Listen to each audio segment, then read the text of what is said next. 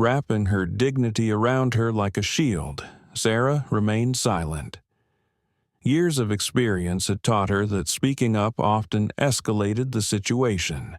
Sometimes silence was the only defense against cruelty. She stood there, a pillar of quiet resilience amid public humiliation, waiting for the moment to pass. The air in the store felt thick with tension, everyone seemingly holding their breath, wondering what would happen next. Would anyone intervene?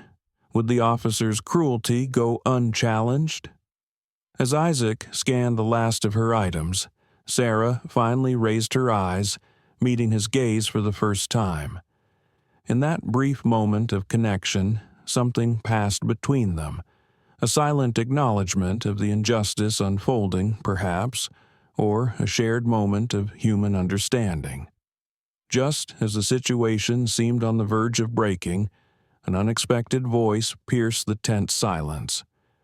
"That's enough."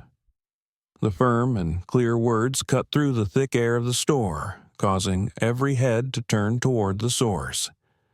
Isaac, the young cashier who had been quietly observing, was the unexpected challenger. The store fell into shocked silence, with conversations dying mid-sentence. The police officer, caught off guard by this boldness, stood with his mouth slightly agape, the mocking smile fading from his face. Isaac's eyes, which had remained downcast during most of the encounter, now met the officer's gaze steadily. No hint of the timid clerk was present in his demeanor. Instead, he radiated quiet strength and resolve. Turning to Sarah, Isaac's voice softened, filled with a respect that starkly contrasted with the mockery she had endured. "You don't deserve to be treated like this," he said, his words ringing clearly in the hushed store. Sarah stared at him, wide-eyed with surprise and perhaps a glimmer of gratitude or the stirring of long-buried hope. For a moment, she forgot the prying eyes around her, focusing solely on this unexpected ally. Isaac then faced the officer directly, his voice firm yet controlled. "You should be ashamed of yourself for mocking her." Each word was deliberate and delivered with conviction. The police officer, visibly stunned by this unexpected confrontation, opened his mouth to respond, but Isaac's unwavering gaze made him hesitate. The authority he had wielded so carelessly seemed to falter in the face of this young man's moral stance. Silence stretched, heavy with unspoken tensions as other customers watched the scene unfold, caught between awe and discomfort. Sarah stood frozen, hands gripping her cart, hardly daring to breathe. She had come to the store expecting indifference, but to be defended so openly was beyond anything she could have imagined. As the standoff continued, the atmosphere in the store began to shift. Whispers started again, but this time they were tinged with a different emotion. Some customers nodded approvingly at Isaac, while others cast disapproving glances at the officer. The officer, his face flushed with anger and embarrassment, crossed his arms defensively. "You can't talk to me like that," he sputtered, trying to regain his authoritative stance. "Do you know who I am?" Isaac didn't flinch. His voice remained calm but firm as he replied, "I know exactly who you are. You're someone who should be protecting and serving. Community should not bully its most vulnerable members." A collective gasp rippled through the crowd. It was rare to witness anyone, let alone a young store clerk, stand up to a police officer in such a bold manner. Sarah, still rooted in place, felt a warm rush of emotion. Tears pricked at her eyes again, but this time they weren't born of shame or humiliation. For the first time in ages, she felt truly seen, as a person deserving of respect and dignity.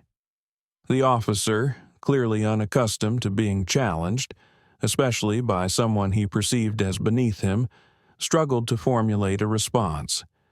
His mouth opened and closed several times, but no words emerged. In the tense silence that followed, the sound of approaching footsteps drew everyone's attention. The store manager, a middle-aged man with a nervous energy, hurried toward the scene. "What's going on here?"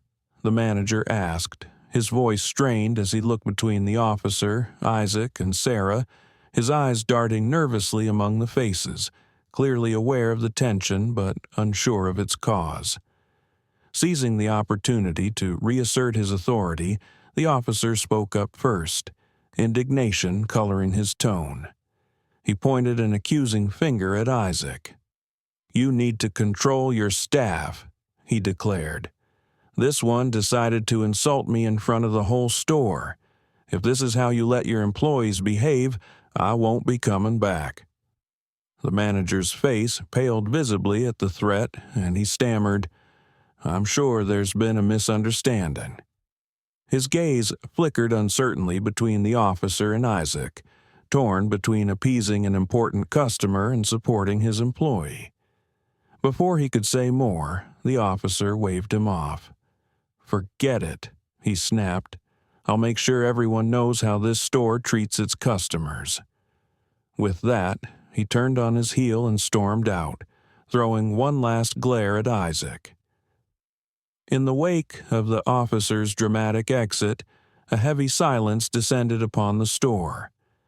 The manager stood frozen for a moment, watching the officer leave before slowly turning back to face Isaac and Sarah. The conflict was clear on his face, relief at the officer's departure warring with concern over the potential consequences of the confrontation. Sarah, who had remained silent throughout the exchange, suddenly felt the weight of the situation. She had come for a simple errand and now found herself at the center of a storm. Guilt washed over her as she realized that Isaac might face repercussions for defending her. "I'm so sorry," she began, her voice quavering slightly. "I never meant to cause any trouble."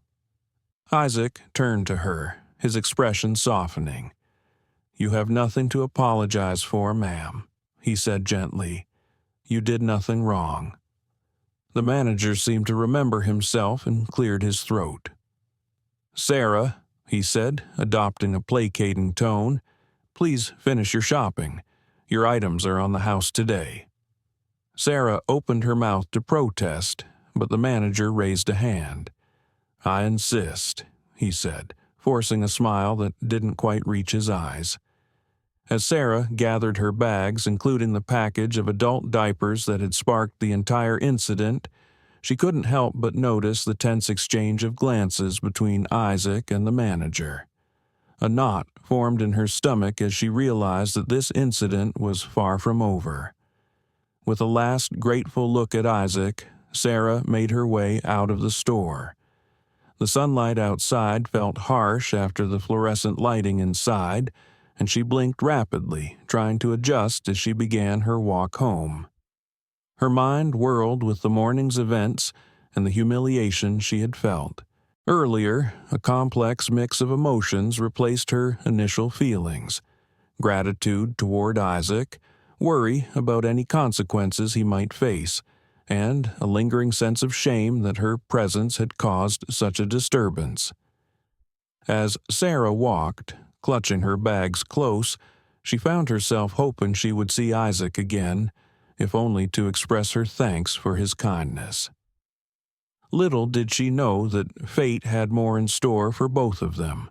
The familiar side of her modest home came into view, bringing a wave of relief. She climbed the steps to her porch, each one reminding her of the day's ordeal, and fumbled with her keys to unlock the door. Once inside, Sarah paused to catch her breath. She set her bags down gently by the door and walked to the living room, where Mr. Carter's hospital bed occupied a central space. The sun was setting, casting long shadows across the worn carpet. With a soft sigh, she settled into her favorite armchair next to Mr. Carter's bed, folding her hands in her lap as she turned to him, ready to recount the day's events. "Oh, Carter," she sighed, her voice laced with a mix of emotions. "You wouldn't believe what happened at the store today." Mr. Carter's eyes, still sharp and alert despite his immobile body, focused intently on her. Though he couldn't speak, years of marriage had given them a way to communicate that transcended words. His gaze encouraged her to continue, filled with curiosity and concern. Leaning forward slightly, she lowered her voice as if sharing a secret. "There was this young man at the checkout, a cashier named Isaac. He stood up for me, Carter, when everyone else was silent. When that officer was mocking me, Isaac spoke up." As she detailed the confrontation, Sarah's voice trembled with remembered emotion. She described Isaac's quiet strength and how he had faced down the officer without hesitation. "It was like he saw me, Carter," she said softly. "Not just an old woman buying what we need, but me as a person." Mr. Carter's eyes softened, understanding passing between them. They had both faced prejudice and dismissal over the years, knowing the rare and precious value of being truly seen. As night fell and the room grew dark, Sarah found herself unable to stop thinking about Isaac. Who was he? Why had he felt compelled to step in when no one else would? The questions swirled in her mind, persistent yet unanswered.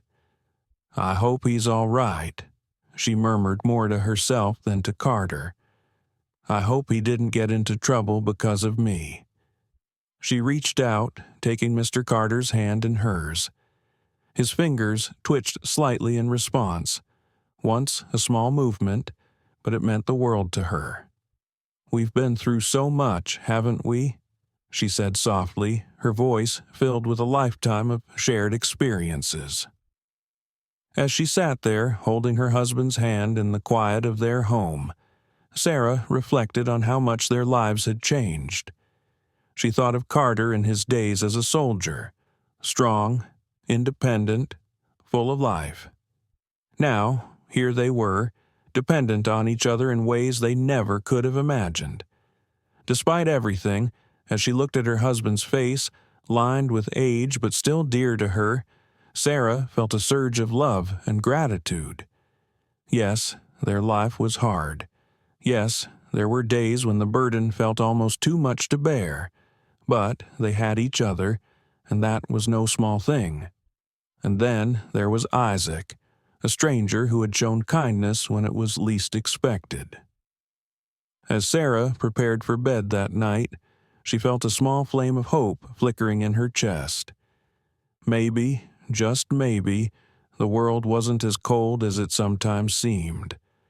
Little did she know, this encounter would change everything.